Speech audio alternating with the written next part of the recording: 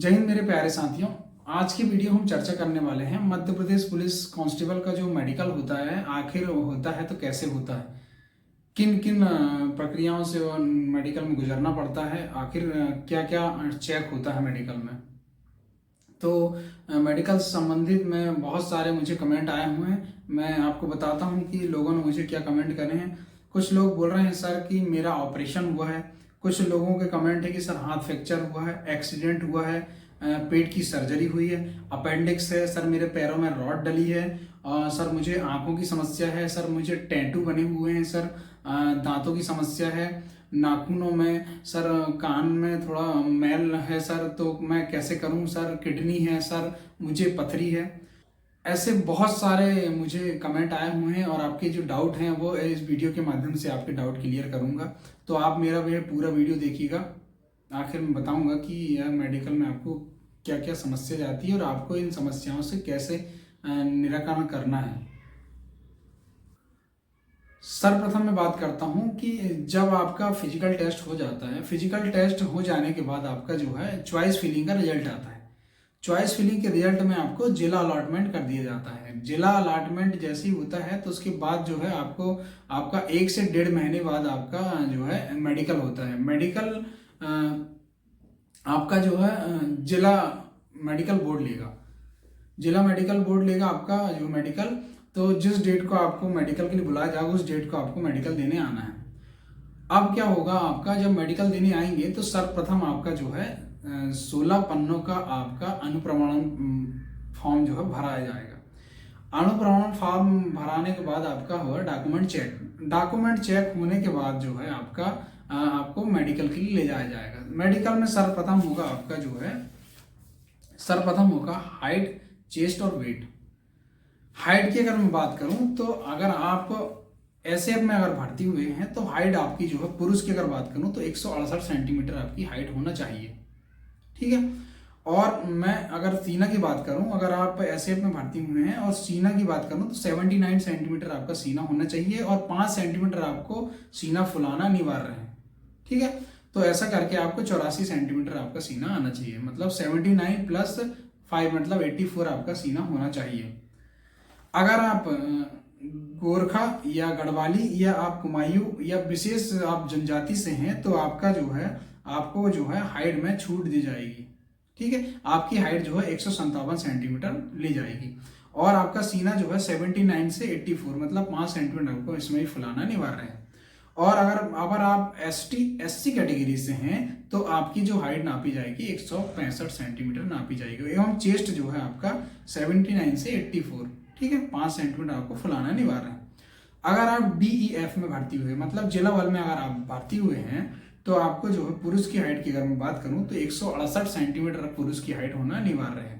ठीक है। और सीना की बात करूं तो सीना में जो है आपको सीना आपका जिला बल में ज्यादा लगता है, मतलब आपका बगैर फुलाए सीना आपका 81 सेंटीमीटर होना चाहिए एवं 5 सेंटीमीटर फुलाना अनिवार्य है, मतलब ऐसा आपका 86 सेंटीमीटर आपका सीना होना चाहिए। अगर आप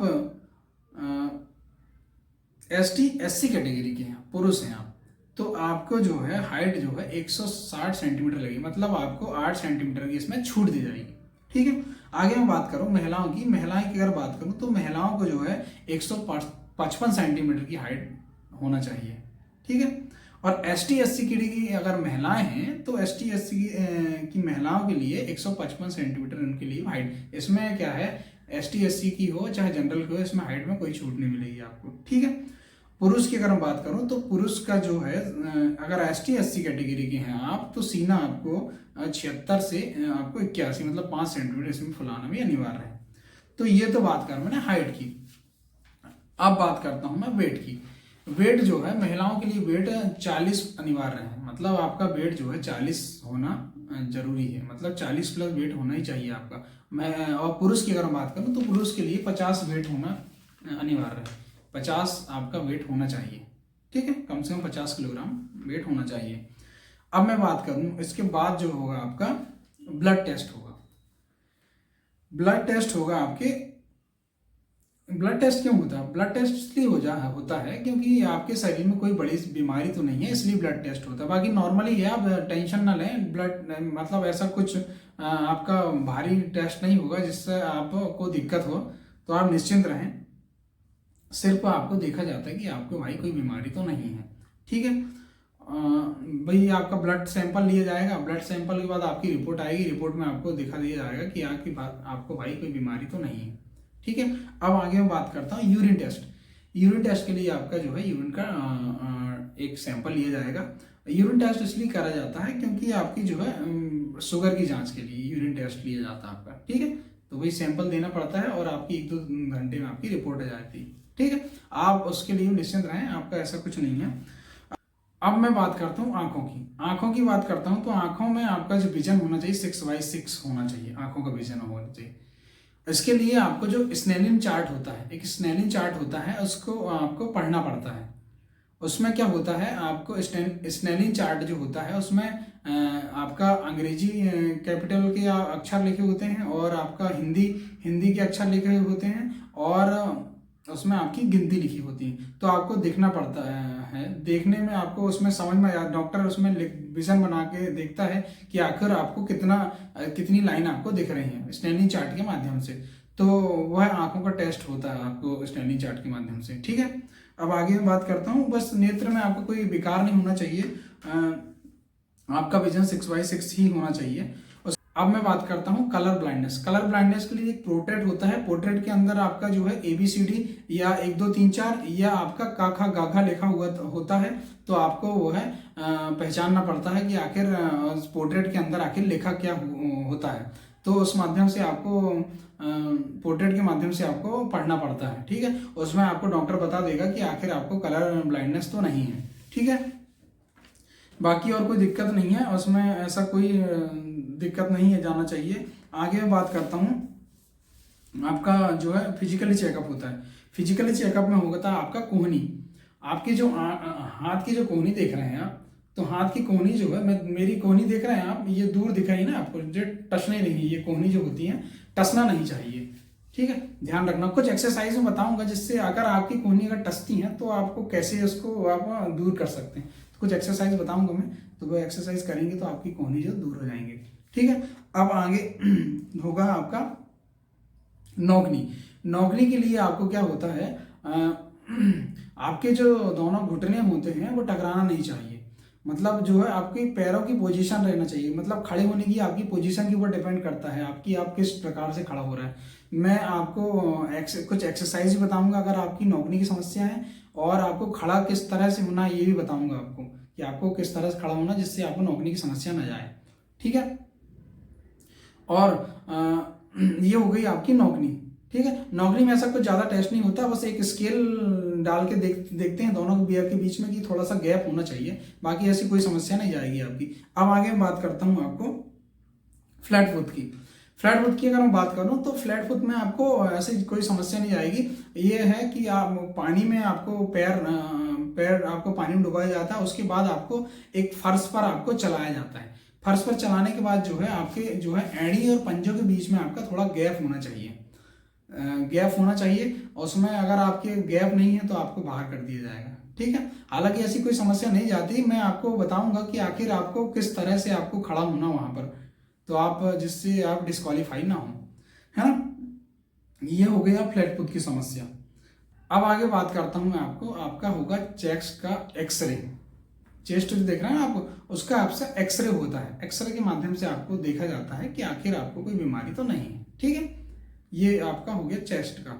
और आपका बीपी भी, नॉर्मल बीपी चेक करते हैं। बीपी में आपका जो है बस पल्स रेट वगैरह देखा जाता है, बाकी और कुछ नहीं है सर।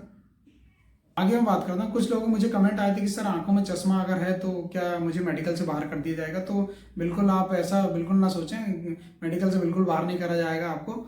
आप निश्चिंत रहें, आपको जो है आंख पर चश्मा लगाकर भी आपको टेस्ट ले लिया जाएगा, उस हिसाब से आपका विजन चेक कर ली जाएगा कि आखिर आपका कितना विजन आ रहा है, ठीक है। और कुछ लोगों को मोतियाबिंद की समस्या है, तो भाई आप मोतियाबिंद की समस्या है तो आप मोतियाबिंद की समस्या को दूर करें। हालांकि इतना टेस्ट नहीं होता, मोतियाबिंद का टेस्ट नहीं होगा, आप निश्चिंत रहें। और आगे अगर आपके आंख में अगर आंसू आते हैं तो उससे निश्चिंत रहें, ऐसा कोई टेस्ट नहीं होगा आपका, सिर्फ नॉर्मली बुक पढ़ाया जाता है। आगे मैं बात करता हूँ कान के टेस्ट का। कान के टेस्ट में आपको जो है, आप जब भी मेडिकल कराने आए आप, तो आप टेस्ट पहले से करा लें और आप कान साफ करवा लें पूरी तरह से, क्योंकि कान में अगर मैल रहेंगे आप तो, क्योंकि डॉक्टर जो है टार्च मार के देखता है, तो आप कान पे जो है मैल अगर होंगे आपके तो आप मैल को साफ करवा लें। और ध्यान दें आपके कान में फेस नहीं होना चाहिए। कई बार होता है, कई मेडिकल में देखा हूँ मैंने, कुछ लोगों के कान में फेस जमा हो जाता है, तो फेस नहीं होना चाहिए। आप बढ़िया उसको आप डॉक्टर को बोलकर आप बढ़िया कान साफ करवा लें, ठीक है। डॉक्टर अगर कान साफ करवाना है तो आप स्पेशलिस्ट डॉक्टर के पास ही करवाएं।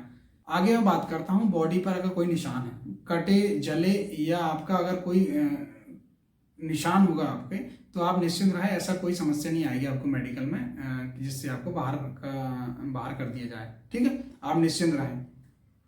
अब बात करते हैं, कुछ लड़के कमेंट आए थे कि पसीना, सर मुझे हाथ में बहुत ज़्यादा पसीना आता है। आप निश्चिंत रहें, इससे कोई दिक्कत नहीं होगी आपको, ठीक है।